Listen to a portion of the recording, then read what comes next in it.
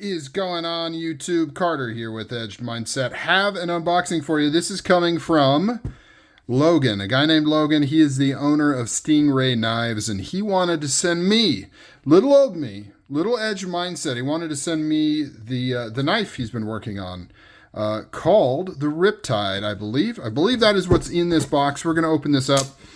We're going to use the Chavez Chub. It's like my honorary knife unboxing. No, my honorary knife unboxing knife. It's probably what I use to unbox things the most out of all of my knives. So this was sent to me for free to check out for the channel. I don't have a ton of information on it. I did reach out to Logan in email and say, hey, is there a backstory on this knife? Is there anything that you want to tell me about this knife? And wow, look at all of this packing material, black packing material. Here we have the knife, and I think that's it. No note, nothing like that. So cool. Here is the Stingray logo. As you can see, it kind of looks like a stingray, I guess. Pretty cool, pretty cool.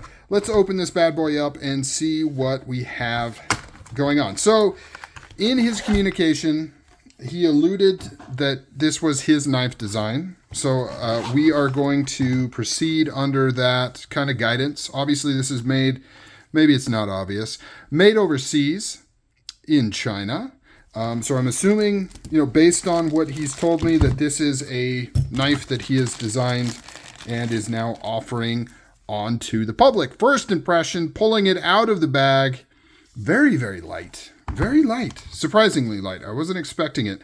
I'm going to guess, we're going to play guess the weight. I'm going to say that this is, we're going to go 4.2 ounces. I was way off. 3.6. That is extremely, extremely light. And I think it has to do with this carbon fiber here. I'm not even sure.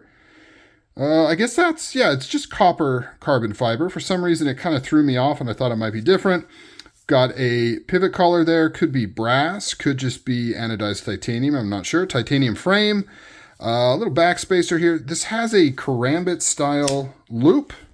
And then here is the blade. I believe it is M390. Kind of an interesting finger choil right here.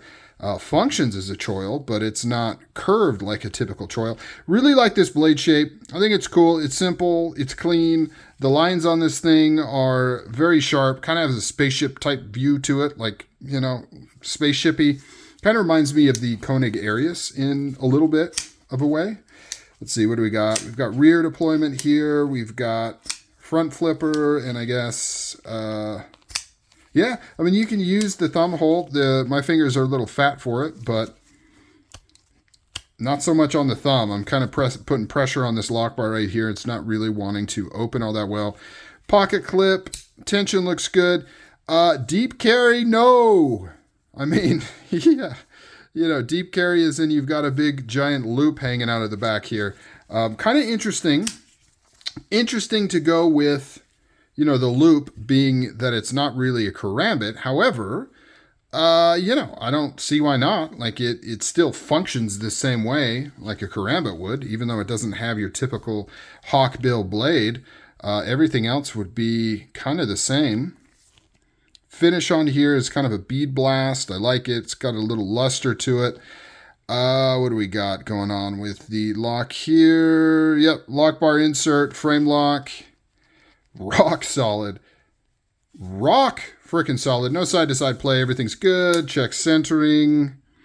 Nice and centered. So, interesting knife. I think it looks pretty handsome.